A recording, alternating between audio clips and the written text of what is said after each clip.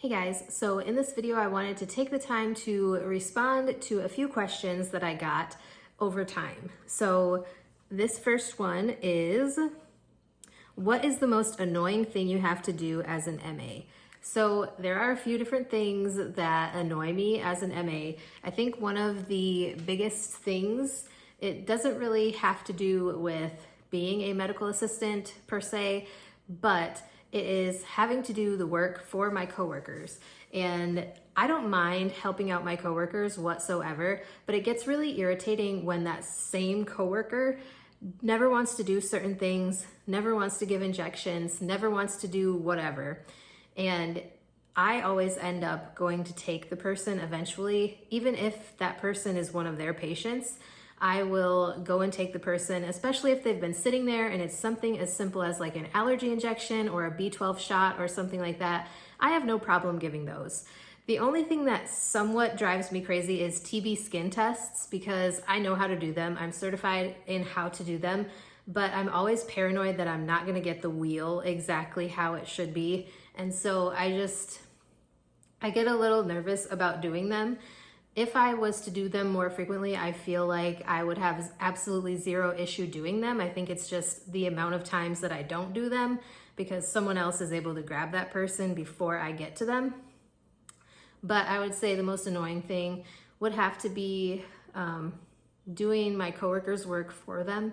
Like I said, I don't mind helping out my coworkers at all. I absolutely appreciate the coworkers who jump to my rescue when I'm drowning, but it does get frustrating when the same particular coworker just sits at their desk, doesn't answer the phone, won't give test results, won't go get a patient, is asking you to room a patient because they're so busy, even though they're just sitting there doing nothing. That's the kind of thing that drives me nuts. I don't really think I have anything that is super annoying patient-wise.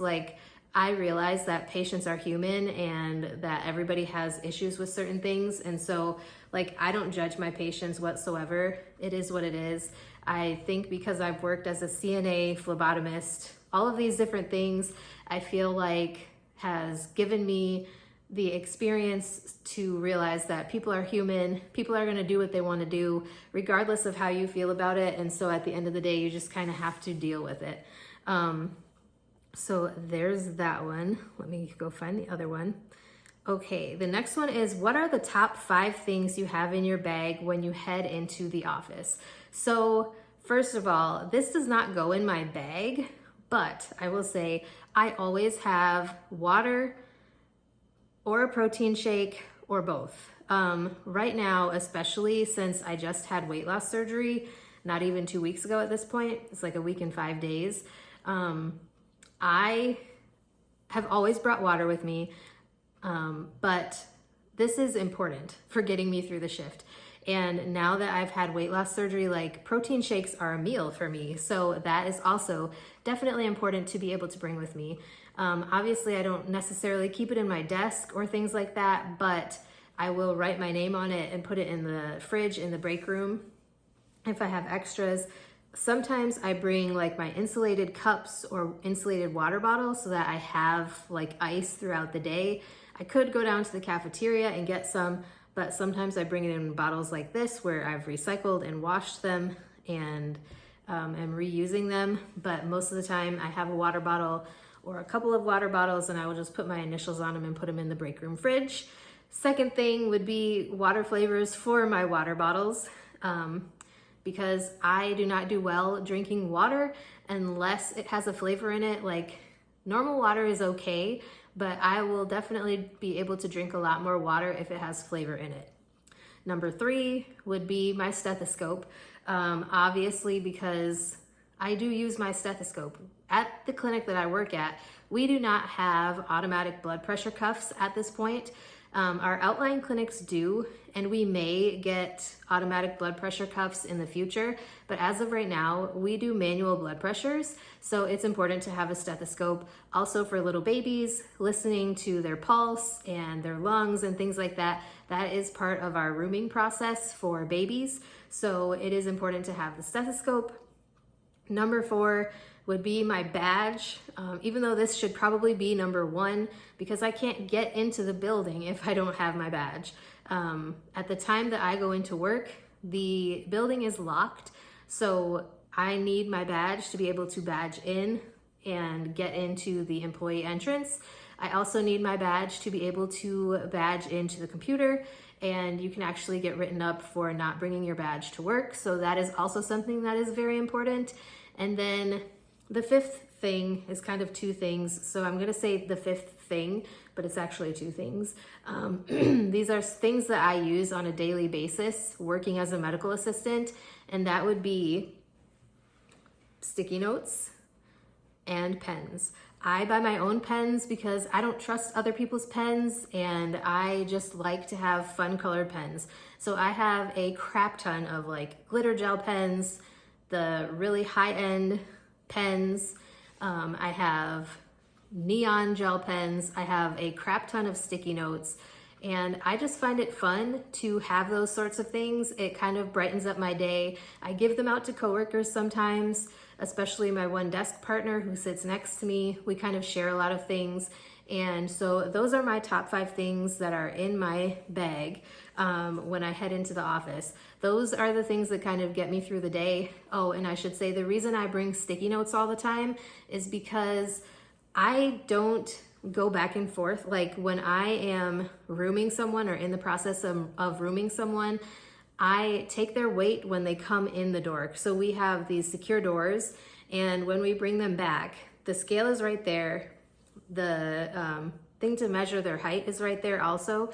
So I will write that down on my sticky note. Depending on what room I'm bringing them to, it could be a minute, and I have forgotten. Like if I don't bring sticky notes with me, there have been times when I have forgotten what their weight was or forgotten how tall they are. So it's just easy to jot it down on a piece of paper. If I'm bringing them to the eye chart, I will write down their measurements for each eye and both eyes on the sticky note as well. It just helps me remember things. And then also when I'm in the room with them, obviously I can go back and forth to the computer when I'm logged into Epic, because we do have computers in each of our exam rooms, but sometimes I still write it down. Sometimes we have Epic problems, so I have to write it down.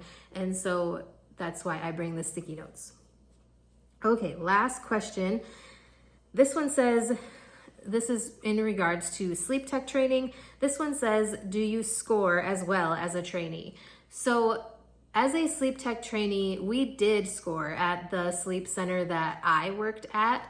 I no longer am working as a sleep tech or a sleep tech in training because I switched back to the clinic full-time as a medical assistant because I could not physically handle the schedule of the sleep center anymore because they were having me work day shift and night shift in the same week, and physically my body just couldn't handle it with all of the illness and everything that I have going on. So yes, although I don't know that this would be true at every sleep center, so I think it's going to depend on what sleep center you work at. Like I said, the sleep center that I worked at, there was myself and one other tech, and so we both scored. She would do a lot of the scoring, but I would do whatever I was comfortable with, and she would be right there next to me while I was scoring. So it's not like I was just willy-nilly scoring, but she would be right there watching just in case like I scored something wrong. She'd be like, okay, I see what you scored, but, and she would explain like why that might be a different thing. I will say that sleep scoring and sleep staging can be a little bit subjective because the brain waves are a little weird. So a brain wave can be a specific, like it can look a certain way, but be a different wave, if that makes sense. And like I said in another video, I can actually give you guys more information about sleep staging and sleep scoring if that is something you're interested in. I do still have a vested interest in sleep medicine, so please don't think that just because I switched back to the clinic that sleep medicine content will not be coming, because I do still plan to take my CPSGT exam. I rescheduled it to September just because I just switched back to working in the clinic full-time. So I did reschedule it to the end of September so that I gave myself enough time to accrue PTO so that I can take that day off to do the certification exam, as well as give myself some more time to study. So anyways, I hope this answered your questions to the 3 people who left those comments. And yeah, if you guys have any other questions, leave them in the comments below. I enjoy making videos answering your questions and responding to your comments. And with that being said, that is all I have for today. So I will talk to you guys next time.